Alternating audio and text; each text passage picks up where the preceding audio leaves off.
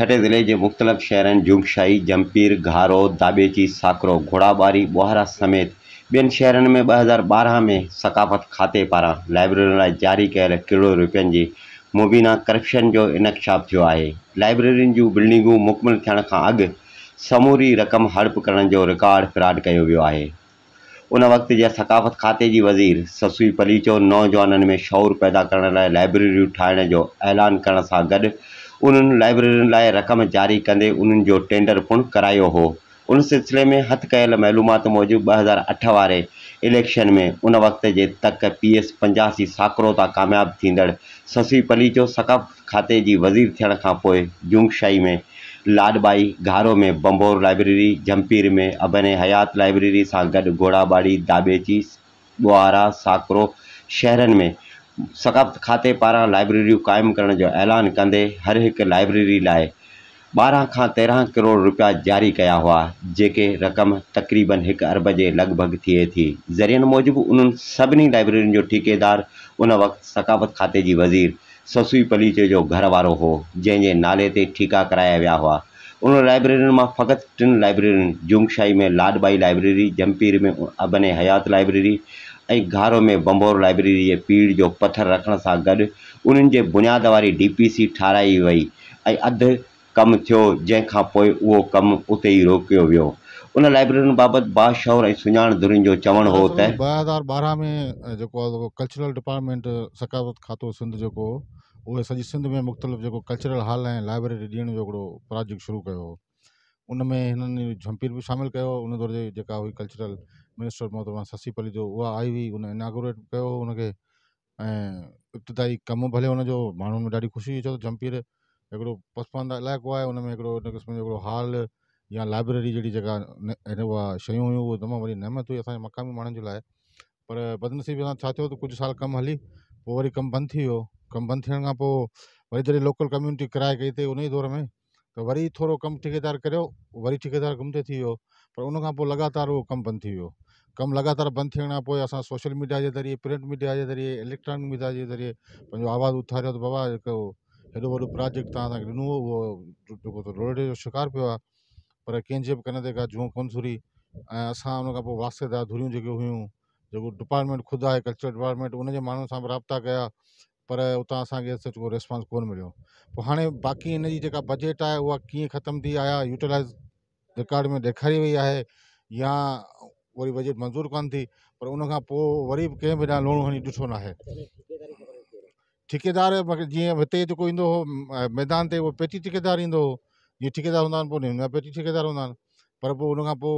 उहो ठेकेदार बि नज़र कोन आयो। ऐं असां ख़ुदि कल्चरल डिपार्टमेंट जे माण्हुनि सां या ख़ुदि उन दौर जा जेके हुआ चूंडियल माण्हू, इलेक्टेड माण्हू, असां उन्हनि सां बि राब्ता कया, पर उन्हनि चयो असां कोशिशि कयूं था, पर उन खां पोइ बि उनजो को अहिड़ो खर्तियल कोन निकितो। हाणे तव्हां ॾिसो साईं, असां हिकिड़ो पसमानदा इलाइक़ो आहे कोस्तान, हिते इल्मी अदबी सरगर्मियुनि जे हवाले सां जेको आहे तो माण्हुनि खे इलाही ॾुखियाई थी पेश अचे। ख़ासि तौर ते अहिड़े वॾे इलाइक़े में अगरि लाइब्रेरी हुजे त असांजो जेको नौजवान नस्ल जेको बेरा रवैये जो शिकारु आहे,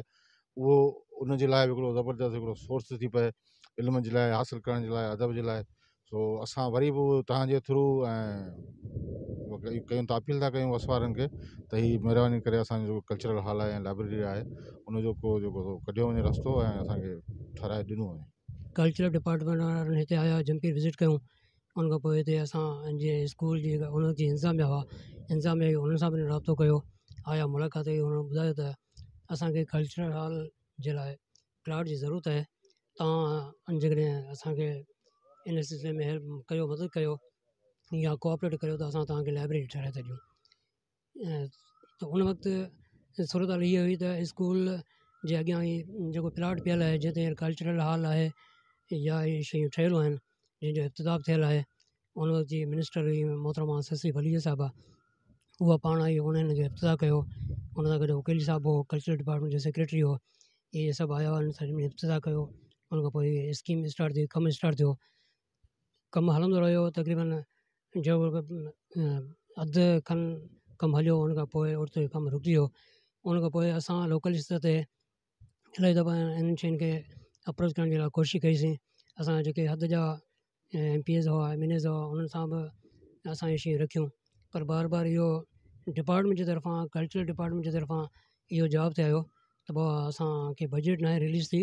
ऐं बजट जी शॉर्टेज जे करे कमु रुकी वियो आहे। जीअं बजट ईंदी बजट मिलंदी त रहियल कमु कंप्लीट कयो वेंदो। सो असांखे इंतिहाई अफ़सोस आहे हिन शइ जो त असां स्कूल जो हिकिड़ो ग्राउंड जो प्लाट हो उहो असां इन ई आसिरे ते ॾिनोसीं त हिकिड़ो त उन वक़्तु स्कूल जे प्लाटनि जे साम्हूं जेको प्लाट हो ख़ाली पियल हो, ग्राउंड जो प्लाट हो, उन ते माण्हुनि जे कब्ज़नि जो ख़तरो हो त असांजो इन शइ खां इहा शइ बची वेंदी ऐं ॿियो प्लाट सिक्योर थी वेंदो। ॿिए नंबर ते इहो त जेकॾहिं हीअ 2 सुठा डिपार्टमेंट ठही वेंदा त माण्हुनि जे रोज़गार जो बि मसइलो हल थी वेंदो, लाइब्रेरी बि ठही वेंदी ऐं हिकिड़ी एंटरटेनमेंट बि थी वेंदी। जेको असां वटां तव्हां हायर सेकेंडरी स्कूल आहे, असांजो 11 12 जा ॿार पढ़नि था, उन्हनि ॿारनि खे हिकिड़ो लाइब्रेरी जे हवाले सां या शहर जो जेको नौजवान तबिको आहे उनखे पढ़ाई जे हवाले सां हिकिड़ो सुठो मौक़ो मिलंदो। लाइब्रेरी हूंदी, उहो पढ़ंदा, तालीम हासिलु कंदा ऐं उनजो सुठो वक़्तु पास थींदो। ठीकु आहे, पर थियो सॼो इन शइ जे अगेंस्ट त लाइब्रेरी कोन ठही सघी, इहे शयूं हिते रहिजी वियूं। स्कूल जो जेको ग्राउंड जे हवाले सां जेको प्लाट हो जंहिंमें ॿार रांदियूं वग़ैरह कंदा हुआ, उहा शइ असांजी डिस्टर्ब थी ऐं हीअ बि शयूं कंप्लीट कोन थियूं आहिनि। असां मौजूदा जेके वक़्त जा हुक्मरान आहिनि उन खां इहो गुज़ारिश था करियूं त महिरबानी करे इहे जेके रहियल शयूं आहिनि इनखे कंप्लीट कराए हिते लोकल माण्हुनि खे हिन जो फ़ाइदो ॾियारियो वञे ऐं हिननि स्कीम खे कंप्लीट करायो वञे ऐं हिन सां गॾोगॾु माण्हुनि जे रोज़गार जो बि ज़रियो थी वेंदो। ॿार जेके नौजवान तबिको आहे उनखे पढ़ाई जो मौक़ो मिली वेंदो। असांजो स्कूल जो प्लाट या इहे शयूं माण्हुनि जे कब्ज़नि खां बि सिक्योर थी वेंदियूं। 2013 जी इलेक्शन खां पोइ मोहतरमा ससुई परी सां मुख़्तलिफ़ जॻहियुनि ते आवामी गैदरिंग्स में साईं फ़कीर अहमद भाइल हो, असांजा ॿिया काफ़ी सारा दोस्त हुआ, उन सभिनी इहा डिमांड कई त हिकिड़े तालीम दोस्त ऐं सियासी समाजी घराणे जी औरत आहे ऐं इंतिहाई रोशन ख़्याल औरत आहे मैडम ससुई पली जो, उहा जेकॾहिं हिन महकमे में आई आहे त घटि में घटि असांजा जेके पुर्ते पयल इलाइक़ा आहिनि उन्हनि में लाइब्रेरियूं ठही वञनि, छो त लाइब्रेरी हिकिड़ो अहिड़ो ज़रियो आहे जंहिंसां आम माण्हू ग़रीब मिसकिन माण्हू जंहिं वटि को किताब ख़रीद कोन करे सघे उहो उन लाइब्रेरी जे ज़रिए इल्मु हासिलु करे सघे थो। इहा उमेद सम्झी असां मैडम खे सभिनी दोस्तनि में रिक्वेस्ट कई आहे, मैडम उन ॻाल्हि खे ओबे बि कयो। उन खां पोइ जेको सो 8-10 शहरनि में उन लाइब्रेरी ठाहिण जो ऐलान कयो ऐं इहो ॿुधो होसीं त टेंडर बि थिया हुआ, ठीका बि थिया हुआ, जंहिंजो बुनियादी माना मैडम जेका रसूबश पली साहिब जी वालदा जे नाले सां लाइब्रेरी आहे जुंगशाई में, उनजो बुनियादु पियो ऐं घारे में बि लाइब्रेरी जो बुनियादु पियो। ॿिए पासे किथे बि लाइब्रेरी जो बुनियादु कोन पिया, पैसा गुम थी विया ऐं असीं घोड़ाबाड़ी में इन इंतज़ार में रहियासीं त मैडम जेको लाइब्रेरी ठाहींदी ऐं असीं उन मां फ़ाइदो वठंदासीं, पर उहा लाइब्रेरी न ठही। आख़िरकार पोइ 2018 खां पोइ जी इलेक्शन में जॾहिं हिते नई टी हुकूमत पीपल्स पार्टी जी आई त सादिक साहिब जी महिरबानी सां ऐं रमज़ान पवार जी महिरबानी सां, छो उन्हनि असांजी हिन ॻाल्हि खे अहमियत ॾिनी ऐं उन साईं सादिक साहिब जे बजट जे ज़रिए रमज़ान पवार हिते पब्लिक लाइब्रेरी क़ाइमु कराई ऐं हीअ पासे में पार्क लाइब्रेरी क़ाइमु करायो ऐं जंहिंसां घटि में घटि हिते असांजा सभई माण्हू जेके आहिनि से किताब खणी था वञनि ऐं हिन लाइब्रेरी मां फुल फ़ाइदो वठनि पिया। पर जेकॾहिं उहे पुराणियूं लाइब्रेरियूं जेके आहिनि जंहिंजी बजट तमामु वॾी हुई ऐं जंहिंमें गुंजाइश वॾी हुई, बिल्डिंग सां गॾु उन में ज़ाहिर म्यूज़ियम हॉल बि हुआ, ॿियूं फैसिलिटीज़ बि हुयूं, पर उहे लाइब्रेरियूं असांखे न मिली सघियूं। असीं चाहियूं था हिन लाइब्रेरी खे बि कंसीडर कयो वञे, हिते बाक़ाइदा मुलाज़िम रखियो वञे ऐं लाइब्रेरी जे लाइ किताब, कबट, रिसाला, ॿियूं अख़बार रोज़ानी अचणु खपे। इहे सभु अञा असांजी डिमांड आहे। मोहतरम सादिक साहिब सां साईं रमज़ान पवार सां, असांजे